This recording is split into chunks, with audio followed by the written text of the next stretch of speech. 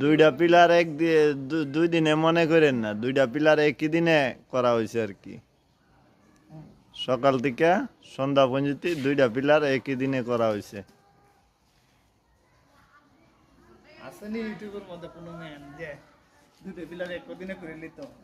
হ্যাঁ, দুইটা পিলার সকাল থেকে সন্ধ্যা পর্যন্ত একদিনেই করা।